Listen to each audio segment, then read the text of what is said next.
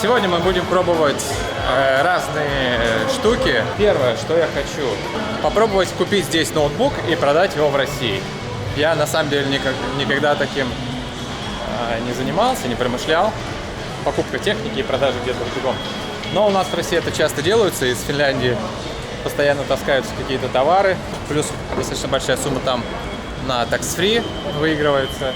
У меня ситуация немножко другая, здесь с tax-free все не так просто, но пока по текущему курсу ноутбуки достаточно дешевые. Знакомься, Тамаша. Так, мы с тобой сегодня будем разрабатывать план действий сейчас и придерживаться его. 1000 порошечка стоит, вот у нас зеленая порошечка, стоит 30-ку. Но здесь можно, есть места, где можно купить за 28. Но это дороже, чем в России, выгоднее покупать в Финляндии. Вот, смотрите, кстати. Вот турецкий Mac 13 Air. Вот он стоит на 512 гигабайт, 22 тысячи. А если мы будем смотреть на 256, то 21 тысяча. 21 тысяча. Это многовато. Мы видели этот Mac за 18 900 можно купить. В принципе, достаточно неплохо продать в России. Итак, что же получилось с макбуками? Сразу скажу, что ничего. Я купил тестовый вариант, самый дешевый, самая простая комплектация, самая ходовая. Я его отправил в Россию за несколько недель, которые он шел.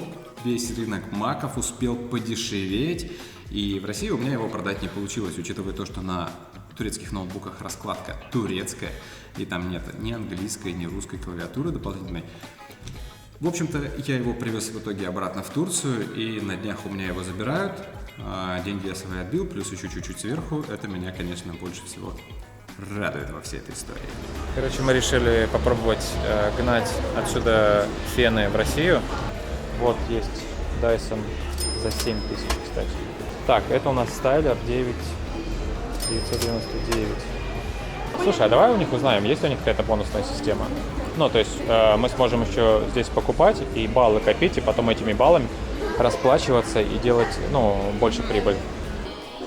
В общем, они здесь мало дают баллов. А сколько баллов? 1%? Да, 1%. Слушай, 1% с 10 тысяч баллов. На карту, открывается с карты медиа, вычисляется и говорит, если на 5000 что-то купите, 50 лир вам какой-то подарок. Это везде такая штука. Нет, нам надо просто 50 лир, просто чтобы они копились, и мы потом на эти лиры будем покупать новые товары. С 10 тысяч 100 баллов, 10 купили, вот тебе 1000. С фенами-то получилось поинтереснее, чем с ноутбуками. Я купил 3 модели у официального представительства Dyson в Турции. Цена здесь гораздо интереснее, чем в России. Отправил это все в Санкт-Петербург, и почти сразу у меня было продано 2 модели. Это первое, что я заработал. Вообще, в принципе, в Турции вроде бы и плакать хочется. Да, плакать хочется. И смеяться тоже хочется. Вот такое вот раздвоение личности. Одна моделька осталась, болтается до сих пор у меня на балансе. Не могу сказать, что бешеный поток желающих, так уж получается. Очень много всякого неликвида и левака, кому что, как говорится. Так что, кто хочет, пожалуйста, оптом, не оптом, в розницу пишите. Хотя вряд ли, честно, не особо этим хочу заниматься, не особо я вообще планировал на фенах зарабатывать, просто на шару закинул, что-то сработало, что-то нет. Но это нормальная практика. Как я всегда говорю, надо тестировать и еще раз тестировать. Так, смотрите, Lego Classic. Здесь такая коробка стоит 400 лир. То есть 400 лир это 1400 рублей примерно. А в России она стоит 3500. Новая. Есть вероятность, что около 1000 рублей будет только доставка стоить. Одной такой коробчонки. Не очень большая маржинальность. Их надо вести прям партией большой. Лего здесь тоже продается дешевле, чем в России. И если переводить это все на большие объемы и возить отсюда фурами, то, возможно, что-то получится. Но, скорее всего, растаможка съест все это дело. Потому что фурой просто так, леваком, все это не завести. Так что потенциально идея не очень. И Лего мы отмели, отвалили. Как еще сказать? Пишите в комментариях.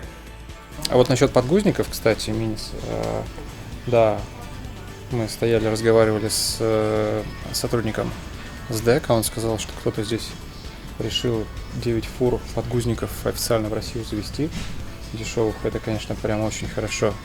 Наценка примерно 100% будет с них. И они разойдутся очень быстро, даже если не по сеткам их раскидывать. А что же интересно? Интересно это памперсы. Я глубоко промониторил этот рынок и могу сказать, что он очень интересный. Я бы, наверное, своими деньгами не стал заходить, потому что есть сфера, которая меня гораздо больше интересует и которой я сейчас непосредственно занимаюсь. Но если вы, инвесторы, хотите куда-то вложить деньги, то я могу смело вам предложить заняться этим направлением. При желании пишите, отвечу, поговорим, пообщаемся.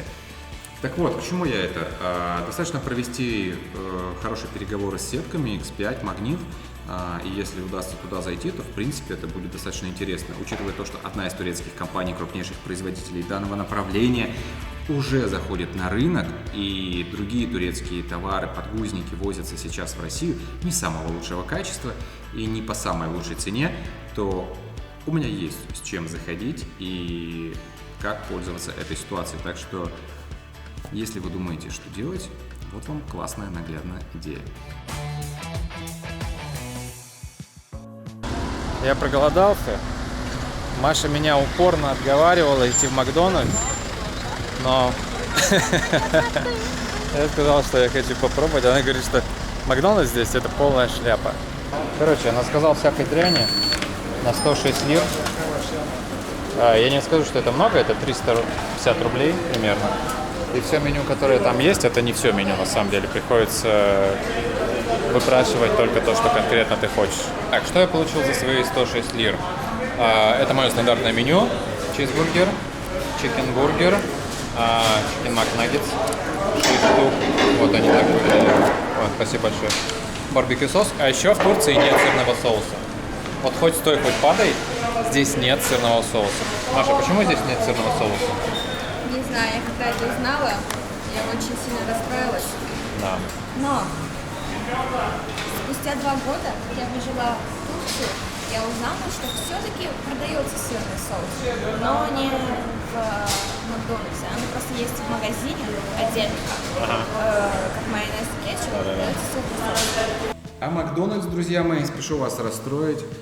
В Турции достаточно непопулярный ресторан. Это Бургер Кинг обошел давным-давно уже очень сильно, гораздо больше у них тут влияния, чем, например, в России. Поэтому вот как-то так. У меня примерно одинаково. Я не гурман, я не сильно разборчив в еде. Вот, поэтому что там, что здесь. Примерно для меня одинаковая история.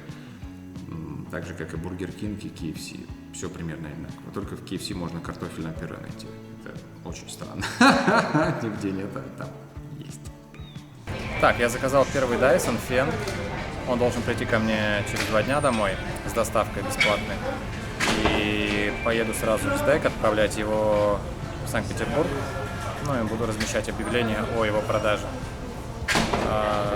Сейчас поехали еще в магазин Dyson, поскольку фены есть, стайлеров нет. Фены продаются по одной штуке. И то, я так понимаю, что следующую покупку я смогу сделать только после того, как мне она придет. Посмотрим, что еще можно продавать. Смотрите, Маша сидит, сейчас общается с сеткой магазинов Migros. Здесь такая в Турции есть по поводу закупки памперсов в большом объеме. Такая важная вся.